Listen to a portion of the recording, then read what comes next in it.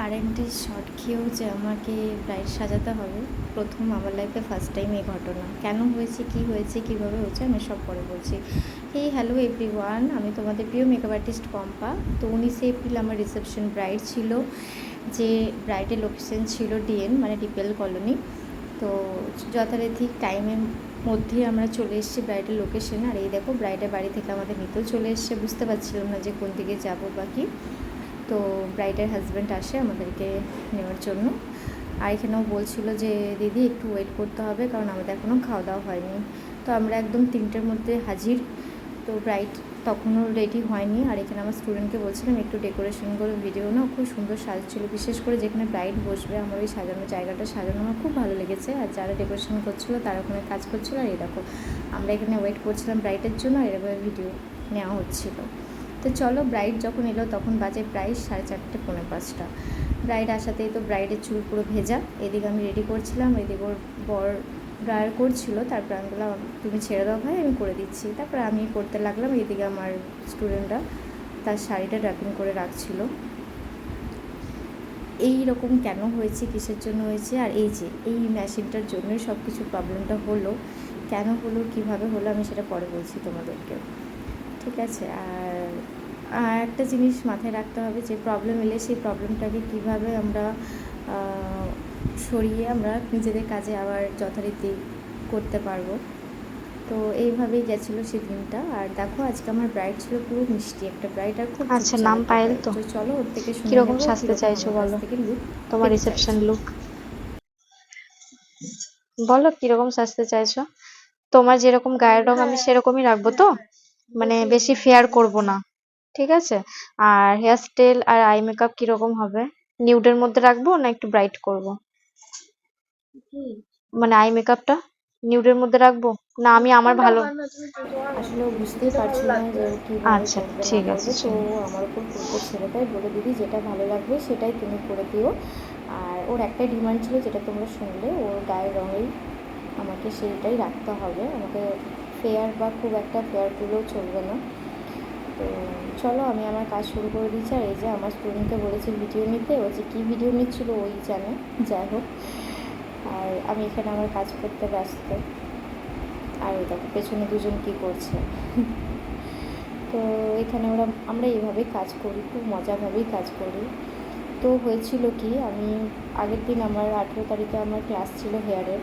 তো যথারীতি ক্রিম্পিং মেশিনটা ভালোই ছিল, আমি হেয়ারে ক্লাস করিয়ে আমি ব্রাইডের জন্য ব্যাগটা গুছিয়ে সব রেখে দিই আগের দিনই। তো রেখে দেওয়ার পর পরের দিন যখন আমি স্পটে আসি, যখন আমি তার হেয়ারে ক্রিম করব, তখন দেখি মেশিন থেকে শর্ট মারছে। মানে আমি দেখিনি, এটা আমার স্টুডেন্ট দেখেছে, এই যে অর্পিতা দেখেছিল। তো বললো দিদি শর্ট মারছে। আমি বললাম কি বলছো? তো যাই হোক, ভাবলাম হয়তো কারেন্টের প্রবলেম কিছু হতে পারে। তো মেশিন যখন লাগানো হয় তখন কিন্তু লাইট একটু আপ ডাউন করে। তো আমি বললাম মেশিনটা খুলে দাও। তারপরে ও খুলে দেওয়ার পর আমি নিজে একবার ট্রাই করতে গেছি, আমিও খেয়েছি শর্ট। তারপরেও ব্রাইডকে সাজিয়েছি। আর এই যে ইনি ভয়ে তো মেশিন হাত দেয়নি, বলছে না তোমরা শর্ট খেয়ে যাও, আমি হাত দেবো না মেশিন। তার জন্য তখন হাতটা জোরহাত করছিল। তো চলো, দেখতে দেখতে ব্রাইডের বেস মেকআপ কমপ্লিট। আর কীভাবে হেয়ার স্টাইলটা করলাম, আমার ওখানে এক স্টুডেন্ট থাকে, তাকে আমি ফোন করি, আমি অনেকজনকেই ফোন করি। তো যেহেতু দুপুরবেলা কেউ ফোন ধরেনি, আর তার ফোন আসাতে আমি খুবই হ্যাপি যে সে আমাকে অনেক বড় একটা হেল্প করেছে। আর আমি খুবই খুশি, মানে আমি কীভাবে ওকে থ্যাংক ইউ বলবো জানি না। তো সে তার মেশিন দিয়ে যায় আমার কাছে। তার আগে আমি সব মেকআপ কমপ্লিট করে রাখি, এবং ওর মেশিন আসার পর আমি হেয়ারটা করি। আর এই দেখো ফুলের ডেকোরেশন চলছিল। এখানেও এক প্রবলেম হয়েছিল, যে ফুল শর্ট পড়ে গেছিলো। তারপরে আমি ওই জুঁই ফুল একটু কেটে, রোজ যেহেতু শর্ট পড়েছিল মিডিলে, ওখানে আমি একটু দিয়ে দিয়েছিলাম। যেহেতু আমরা মেকআপ আর্টিস্ট, আমাদের সব কিছু প্রবলেমের হাল খুঁজতেই হয়। তো তোমরা জানিও ওকে কেমন লাগছে, ইভেন ওর হেয়ার স্টাইলটাও কেমন লাগছে, আর ওর ফুলের যে ডেকোরেশনটা করেছি সেটাও কেমন লাগছে, অবশ্যই কিন্তু কমেন্ট করে জানিও, ভুলে যেও না কেউ। আর আমি ছোট্ট একটা ব্লগ করলাম তোমাদের জন্য। আর এখানে এই মালাগুলো আমার একটু প্রবলেম লাগছিলো, তারপর লাস্ট আমি চেঞ্জ করে দিই। আর এখানে ব্রাইডকে বললাম তুমি কানেরটা একটু করে নাও, ও একটু ভিডিও নেবে, তো কানেরটাও করছিল। আর এই দেখো, এখানে ওর স্টুডেন্টরা আমার কাজ করছে, যেহেতু ওনার শাশুড়ি মাও বললো সাজবে, ওনার ছেলেরা বললো দিদি আমার মাকে একটু সাজিয়ে দাও। ইভেন ব্রাইডও বললো, বৌমা আর কি, যে না তুমি সাজো। তো পার্টি মেকআপ যেহেতু উনি সাজবেন, ওনার কাজ চলছিলো, আমার স্টুডেন্ট ওনার হেয়ার আর শাড়ি করছিলো, আমি মেকআপটা করবো। আর এখানে আমার ব্রাইডের দেখো ফুল লুকস কমপ্লিট হয়ে গেছে। তো তোমরা অবশ্যই জানিও যে ওকে কেমন লাগছে। আমার তো ওকে খুবই সুন্দর লাগছিলো, একদম পুতুল পুতুল। তো তোমাদের কেমন লাগলো তুমি নিশ্চয়ই জানিও কমেন্ট করে। আর আপকামিং যারা ব্রাইড আছো, আমি একটা কথাই বারবার সবাইকে বলবো যে একটু টাইম মেনটেন করে সবাই বসো আর শুনে নিই যে আমার এই ব্রাইডটা কেমন লাগলো।